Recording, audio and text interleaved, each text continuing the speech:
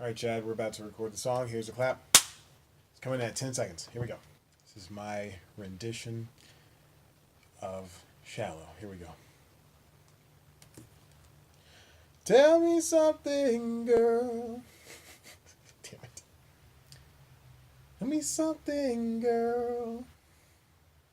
Are you happy in this modern world? Tell me something, girl. Are you happy? Tell me something, guys. Are you happy with this modern episode? God.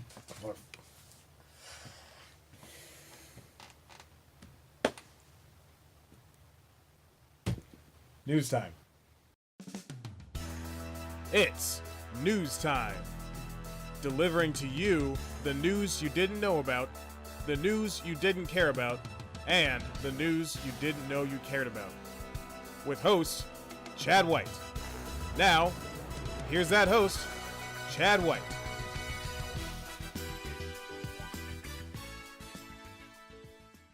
No joke here, just make sure you go out and vote. Do it. It's free.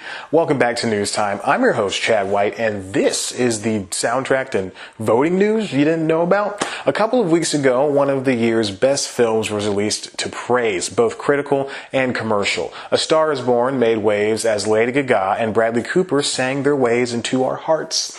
The pseudo-musical dramedy features some of the best songs to come from a film in recent memory. Take that, Moana. Of course, the album released when the movie did, featuring all of the best parts of the sometimes haphazardly put together film. Yeah, I just praised it and shot it down in the same sentence. I'm effing your mind. It's a Lil Wayne reference for nobody. For all intents and purposes, let's focus on the soundtrack itself. It's got hard rock, pop, and ballads. Like the movie it stems from, the soundtrack can be funny and gut-wrenching. Remember La La Land, my favorite movie of 2016? Its soundtrack was so tight and focused and captured every emotion the movie put forth. The same can be said about A Star is Born. Both musicals manage to be as enjoyable as they are heartbreaking. Their songs are so popular that they're stuck in the culture for months on end.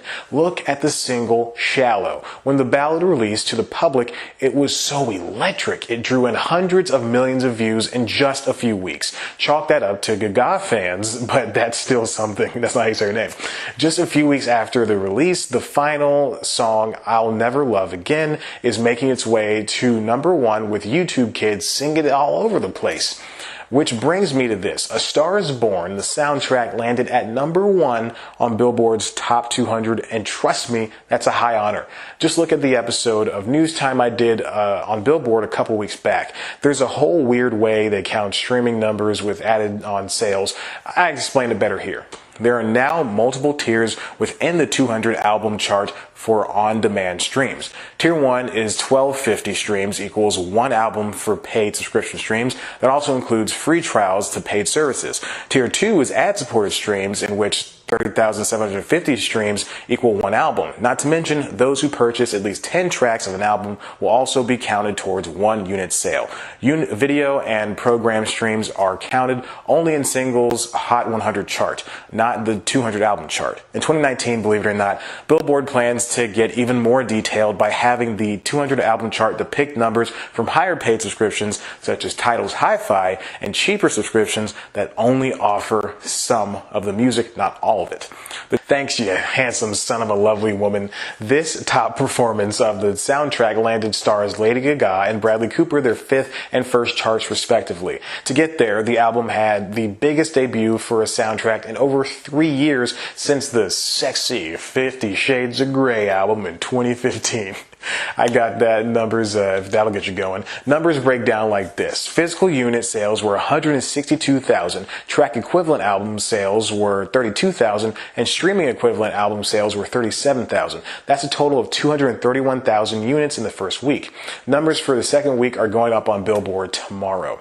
2018 has been a good year for soundtracks. Black Panther's and The Greatest Showman's albums both made it to the top of the list for a period of time earlier this year. But A Star is Born is quickly gaining steam, landing in the #3 spot after just 1 week. You may be asking what constitutes a real soundtrack. Why don't I have sales numbers for Venom or Smallfoot? They have soundtracks. It's because they only have singles that were made for the movie combined with older, previously released songs, as opposed to an entire track list of original songs made specifically for the film.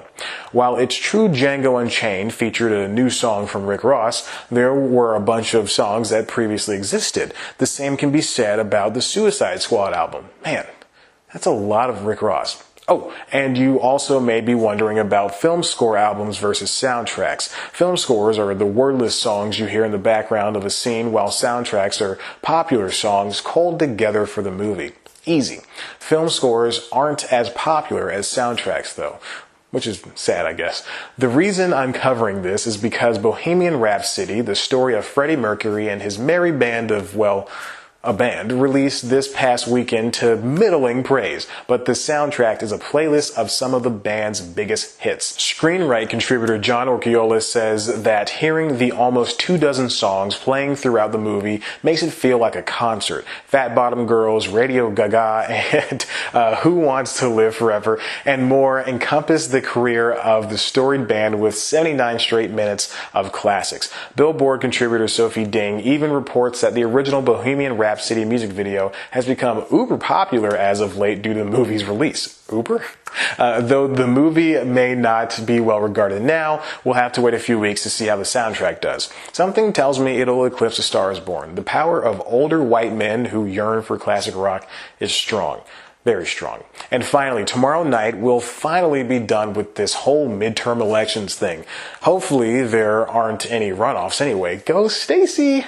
Tonight, however, is a last-minute telethon to get you out to vote. Telethon for America is a streaming comedy special where younger viewers will be urged to pledge to vote the following day from comedians and internet personalities alike, including Julia Louis-Dreyfus, Judd Apatow, and Lily Singh.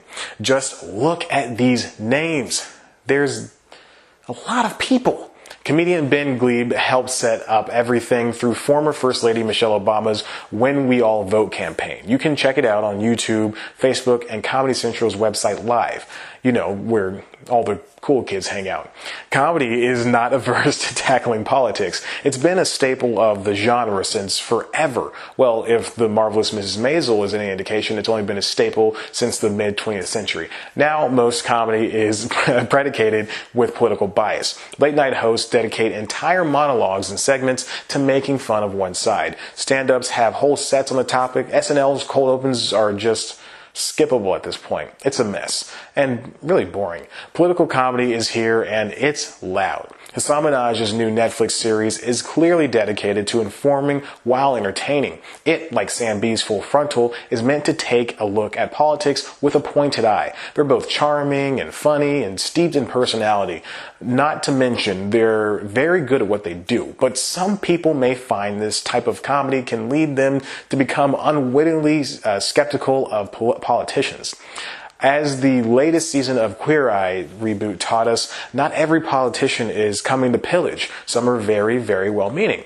Truthfully, we become jaded and cynical because of all the negativity in the news and the comedians covering it. Listen, there's no true solution to this at all. Maybe try not watching comedy anymore? I don't know. It's hard to escape something that's now in every aspect of our lives. I guess the only thing I can say is to get out and vote. That could be the best thing that changes comedy for good. That's all the news I have for you for this week on News Time. Why don't you subscribe and check out one of our other videos? Of course, you can always head to the website cpluscomedy.com, where there's interviews and podcasts and videos and so many great things. You can follow us on Twitter at cpluscomedy. Follow me on Twitter at ChadBlackWhite. Like us on Facebook. And listen to the Constitutionals podcast as well as the application live on every podcast service. And guys, like I said, just vote for me, please.